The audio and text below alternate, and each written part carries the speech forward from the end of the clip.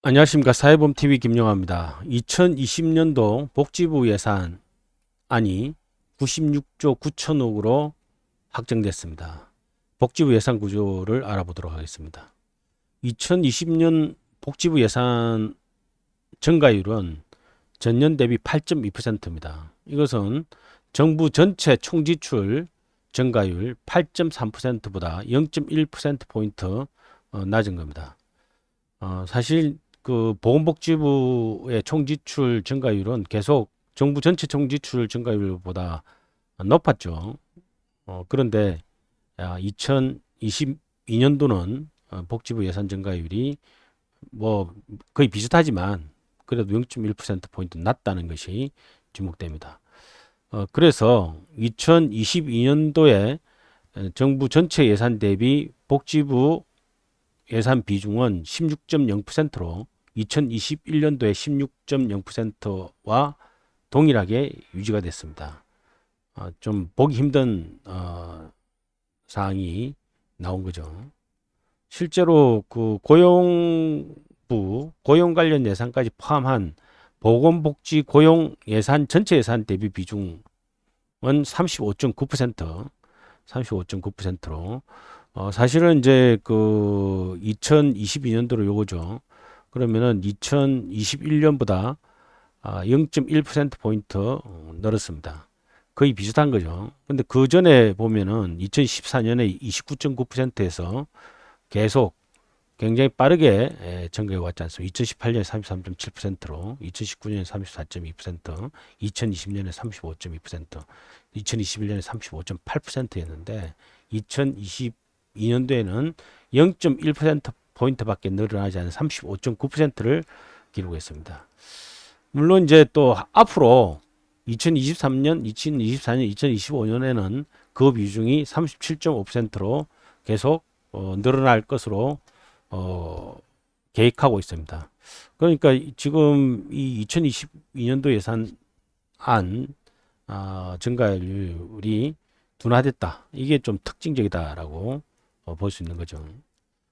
구체적 예산 내역별로 보면 전체 96조 9천억, 전년 대비 7조 3천억, 뭐 그것도 큰 돈이죠.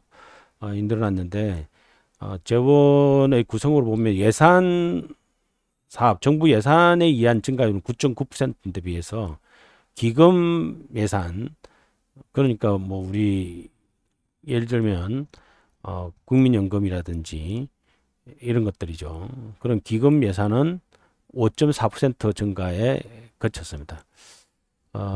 이것 때문에 낮아진 거죠, 사실은. 이걸 그래서 이게 실제로 이런 것인지에 대해서는 조금 더 살펴봐야 되겠습니다. 특히 공적연금 예산 증가가 2021년도에 지금 구성으로 보면은 3조 원였는데 3조 1천억 7,883억 원 6.0% 증가됐죠. 그러니까 다른 기초생활보장이라든지 취약계층 지원 증가율보다 낮았다는 거죠. 그래서 특히 이제 이 노인과 관련된 예산 8.3%보다도 낮았다는 거. 그래서 이 기금 예산 증가율을 조금 일부러 좀 낮게 책정한 것이 아닌지 좀 의심스럽습니다. 전체 예산 증가를 통제하기 위해서. 그 다음에 이제 복지 예산과 보건 예산으로 구분해 보면 복지 예산은 6.7%밖에 증가 안 했습니다. 보건 예산이 16.8% 증가됐습니다. 물론 이제 예산의 비중이 좀 다르죠. 전체적으로 사회복지 예산 비중이 크기 때문에 보건 예산보다는 그렇긴 하지만 어떻든 지금 이제 구성으로 보면은 보건 의료와 관련 예산 증가율 41.8%, 건강보험 관련 예산 증가율 99.8%, 뭐 정부 지원이죠. 이런 모습을 봤을 때 이제 이거는 규모는 크지는 않습니다. 크지는 않은데 R&D라든지 이런 부분에 코로나와 관련해서 보건과 관련된 예산 지출을 특별히 정액시킨 것으로 판단됩니다. 사회복지 일반 예산 같은 경우는 32.5%나 감소됐습니다. 오히려 감소됐습니다. 그러니까 전체 예산 다른 예산 증가를 시키다 보니까 다른 예산 타격이 있었던 거죠. 이것은 뭐 올해뿐만 아니라 그동안 복지부 예산의 특징이 이런 이제 현금성 예산이 늘어나면서 다른 기타 줄이도 되는 그런 예산 부분들 조금 어떻게 보면 의무성 지출이 아닌 부분에 대해서는 좀 줄여왔던 그런 모습들이 있었죠. 그래서 이런 그 구조로 8.2% 증가됐다라고 볼 수 있습니다. 구체적으로 보면은 생계급여 예산 증가가 큽니다. 특히 이제 우리 그 2021년에 생계급여가 4조 6천억인데 5조 2천억. 물론 여기에는 지방기 부분이 빠져 있습니다. 그래서 이게 다 생계급여 예산 전체는 아닙니다. 생계급여 지출 전체는 아닙니다. 이건 중앙정부 예산 지출 기준으로 한 겁니다. 14.3%. 부양자 의무 기준을 대폭 완화시킨 것이 가장 큰 거죠. 의료급여 예산 증가율이 5.8%로 이렇게 억제를 했습니다. 그 다음에 소득 기반 학축 및 자립 지원 자활사업 12.3%, 근로능력 있는 수급자의 탈수급 지원 18.6%, 아동발달 지원 계좌 121.4%, 보호 종료 아동 자립수당 23.5% 이런 것들이 자립 지원과 관련된 예산, 뭐 금액 규모 자체는 크지 않습니다. 그 증가율이죠. 증가율이 높다는 거죠. 그 다음 긴급 복지 관련 예산이 16.2% 증가된 것이 눈에 보이고, 특히 한국형 상병수당 시범 사업을 처음 시작했다. 이런 거죠. 110억 원 새로 만들어진 거죠. 그래서 순정 이렇게 돼 있죠. 장애인 관련 예산도 늘어났습니다.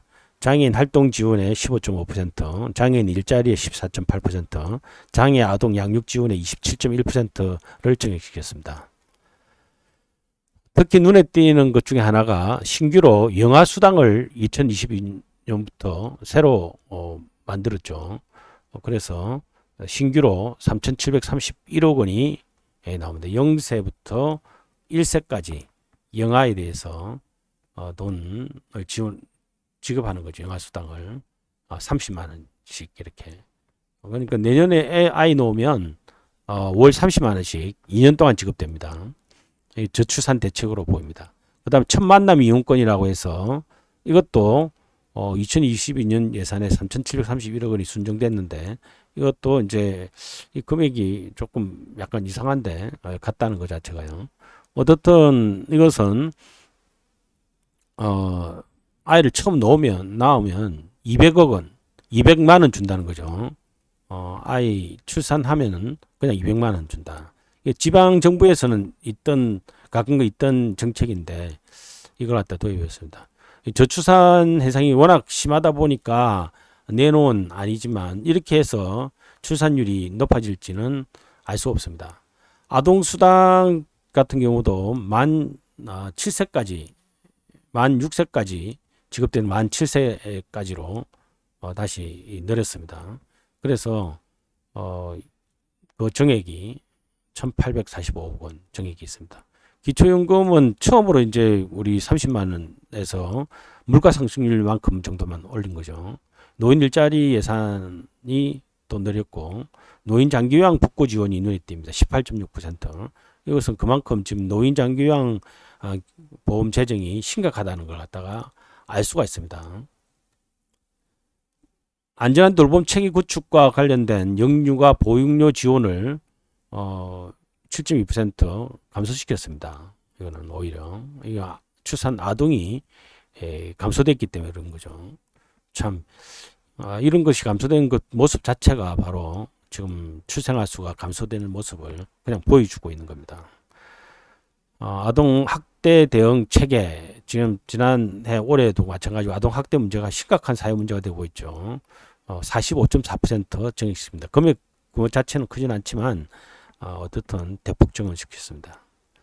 그 다음에 건강 안전망 강화와 관련해서 건강보험 가입자 국고 지원을 9.5% 내렸습니다. 사실은 이제 그 보험료 인상률을 1.89%밖에 안 가져갔죠. 그걸 생각하면은 사실은 이제 국고 지원을 늘려서 또 기금을 줄여서 지금 해결하고 하겠다는 그 의지가 보이고 있습니다. 그 다음에 이제 그 정신건강복지와 관련된 예산 증액, 정신의료 공공성 강화 이런 것들은 사실은 금액 크기는 작지만 앞으로 계속 늘려야 될 예산으로 판단되긴 합니다. 정신건강 정진 사업 정말 때늦은 감이 있죠. 이 자살 예방 안전망 강화 이런 것들도 사실은 금액 크진 않지만 이게 지금 자살률이 높아지는 문제, 그리고 적시 정신의료와 관련된 정신건강정진과 관련된 우리나라의 지출 규모가 너무 적습니다. 뭐 이런 부분은 바람직한 것으로 판단됩니다. 그 바이오헬스 선도국가 도약과 관련해서 제약산업 육성 지원이라든지 백신 개발 신규 R&D 확대 이게 뭐 87.5 뭐 엄청나게 증가됐습니다. 뭔가 이제 이번에 코로나19와 관련해서 정부가 뒤늦게 우리나라 지금 바이오 산업의 후진성을 들어보자고 예산을 대폭 증액시킨 것 같습니다.